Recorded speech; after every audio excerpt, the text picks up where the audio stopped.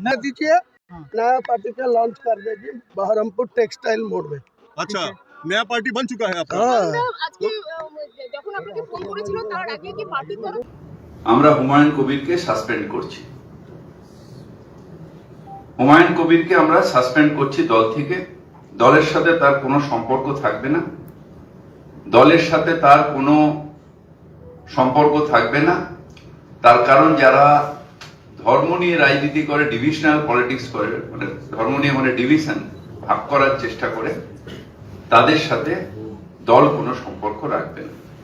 অভিলাষ এই সাসপেনশন ঘোষণা করবার পরে তিনি বলছেন, অর্থাৎ হুমায়ুন কবির বলছেন, প্রয়োজনে কালই দল থেকে পদত্যাগ করব, নিজের দল ঘোষণা করব এবং নিজের সিদ্ধান্ত অনড়, তিনি বাবরি মসজিদ করবেনই। যে ডিভিশনাল পলিটিক্স করবেন আইনের মতে চলবে, ডিভিশনাল পলিটিক্স বাংলায় করতে দেব না।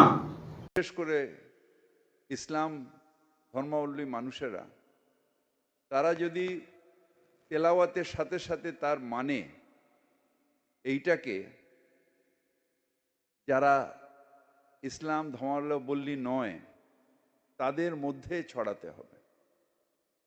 কারণ আমরা নিজেদের আল্লাহ তাআলার রহমত আমাদের আছে, আমরা জন্মগতভাবে ইসলাম নিয়ে জন্মেছি এবং ইসলাম নিয়ে জন্মা মানে আমাদের রসুল আমাদের জান্নাতের পথ সুদৃঢ় করে দিয়েছে। যদি বড় কোনো অন্যায় না করি তাহলে ইসলাম নিয়ে জন্মানো মানে জান্নাতে পৌঁছে যাবে। কিন্তু যাদের সেই আল্লাহ সেই রহমত যাদের দেননি, তারা যদি তেলাওয়াত এবং কোরআন শরীফের মানে যদি বুঝতে পারেন এবং একজনকেও যদি আমরা ঈমান দিতে পারি, তাহলে আমাদের জান্নাতের পথ একেবারে সুদৃঢ় হয়ে যাবে।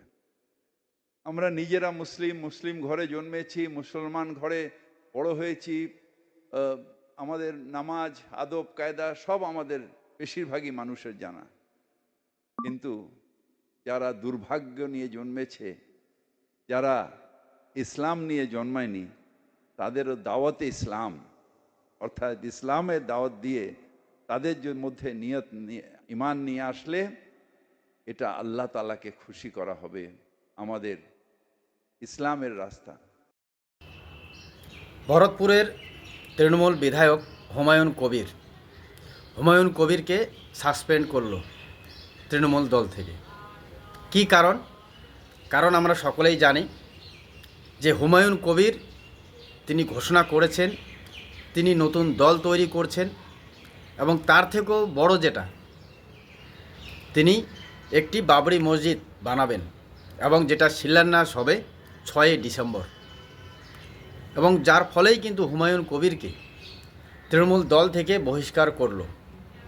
এবং ববি হাকিম বলছেন, আপনারা শুনলেন, যে ধর্ম নিয়ে যারা রাজনীতি করে, ধর্ম নিয়ে ভাগাভাগি যারা রাজনীতি করে, তাদের সাথে তৃণমূল দলের কোনো সম্পর্ক নেই। এবং যার কারণে কিন্তু এই হুমায়ুন কবিরকে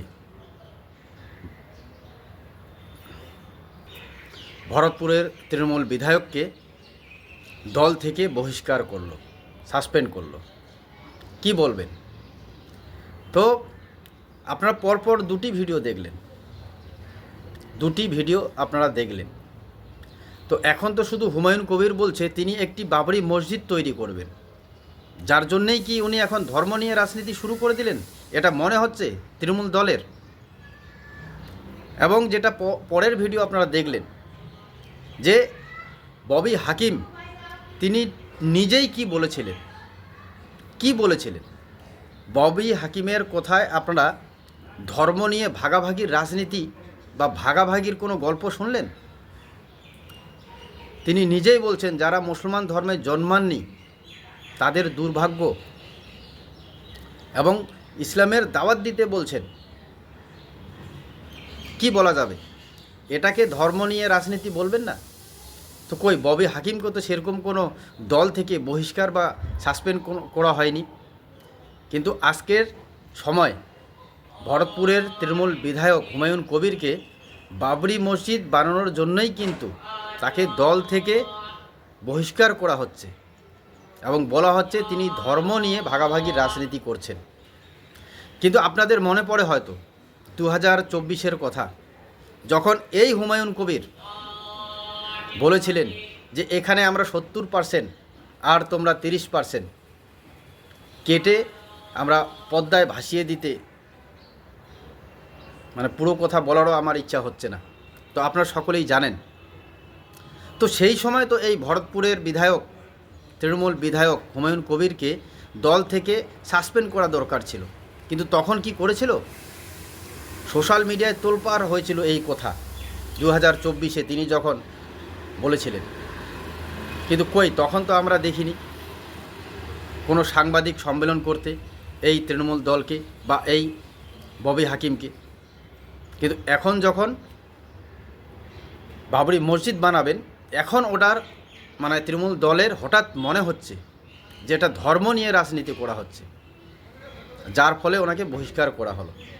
এবং যেটা মানে অনুমান করা যাচ্ছে হয়তো আগামীতে তিনি অ্যারেস্টও হতে পারেন, কারণ সবটাই মানে ভোটের রাজনীতি, কি বলবেন, যার জন্য হয়তো বাংলার সাধারণ মানুষের আজকে এই অবস্থা। আপনারা সকলেই জানেন গতকাল মুর্শিদাবাদে মুখ্যমন্ত্রী মমতা ব্যানার্জির একটি সভা ছিল এবং সেখানে এই ভরতপুরের তৃণমূল বিধায়ক হুমায়ুন কবিরকে ডাকাও হয়েছিল। তিনি সেখানে গিয়েছিলেন, সেখানে গিয়েই তিনি জানতে পারেন যে ওনাকে তৃণমূল দল থেকে সাসপেন্ড করা হয়েছে, বহিষ্কার করা হয়েছে। কেন?